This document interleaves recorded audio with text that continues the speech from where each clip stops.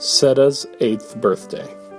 Written by Stephen R. Stewart, and one day illustrated by Alexandra D. Stewart.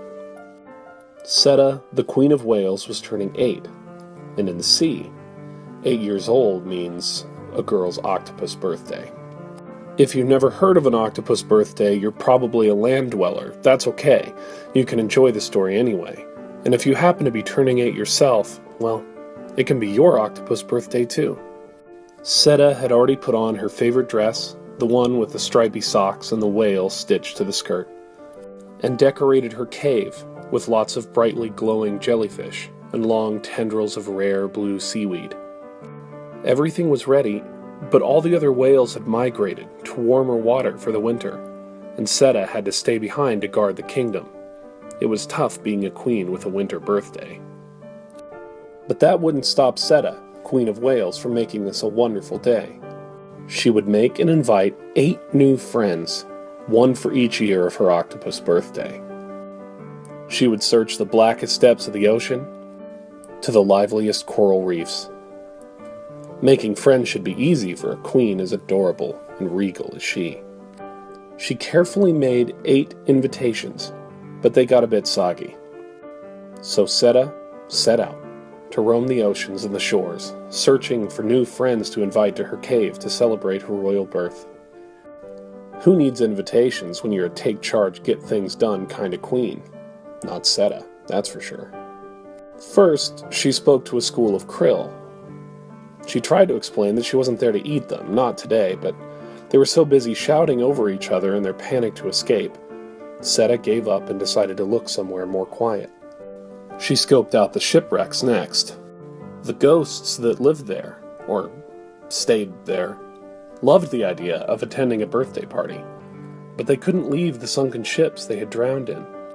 Ceta promised to bring them some leftover octuple choctopus crab cake when the party was over. She wanted to check out the reef next, but the grotto was on the way. She decided to give it a shot. Might as well, she sighed. But as expected, the eels were no help at all. Ceta didn't like eels much. They were creepy guys. But the coral reef was exciting as ever, full of color and fun.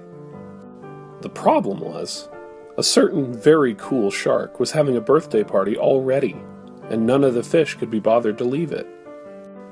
"It's okay," said Party Shark. "We can't all be Party Shark popular." Ceta left in a huff. She didn't see what was so cool about Party Shark. The mermaids were busy with their sailor boyfriends. The sea wizards were battling the giant squid armies again. Ceta wondered if they'd ever learn to get along. And the tube worms were practicing their 4,000-piece brass ensemble. There was only one place in the kingdom Ceta could think to look, and she wasn't so sure she wanted to go there. But a girl's octopus birthday is no time to be a chicken of the sea, so down she went, into the trench. At first, there was nothing, just darkness and silence, and occasional lights flitting by in the cold, inky depths. All she wanted was a few friends to sing and dance along with her, to share her octuple choctopus crab cake, to enjoy her decorations and tell her that her dress was fashionable and cool. How had it come to this? "My dear little queen," a woman's voice said in the darkness.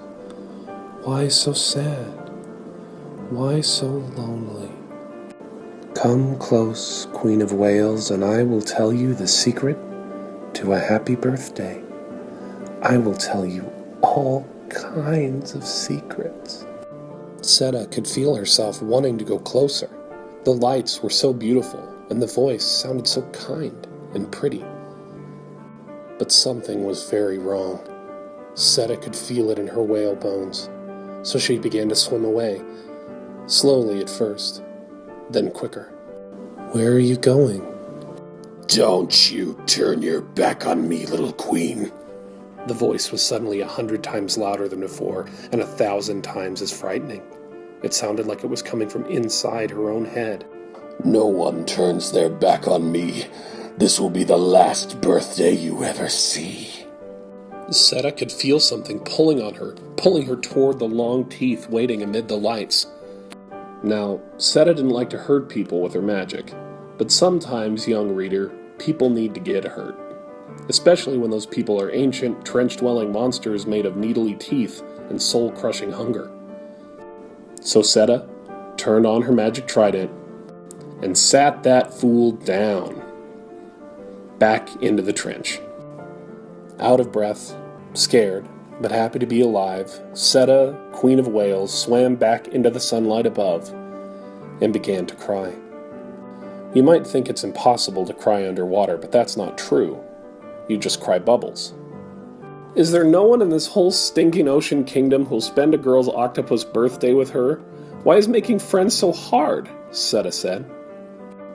We'll spend your birthday with you, said several voices from all around her. She couldn't tell where they were coming from. Who's there? Ceta said, still frightened from her run-in with the creature in the trench. Can you blame her? But just then several friendly faces that were camouflaged on the rocks made themselves visible and smiled at her. Moments before, all hope of a happy octopus birthday had seemed lost, but now, here in this moment, Ceta realized there was someone she had forgotten to ask. Can you guess who? That's right, the octopuses. And it turns out octopuses put on one heck of a birthday puppet show. And Ceta, Queen of Whales, had a wonderful birthday after all. She twirled her dress, and the octopuses twirled their tentacles. They shared the octuple choctopus crab cake, making sure to save a few pieces for the ghosts back at the shipwreck. They even taught Ceta how to camouflage. It was the best octopus birthday a girl ever had. And like I said before, if it happens to be your 8th birthday, I'm wishing you the happiest octopus birthday, too. The end.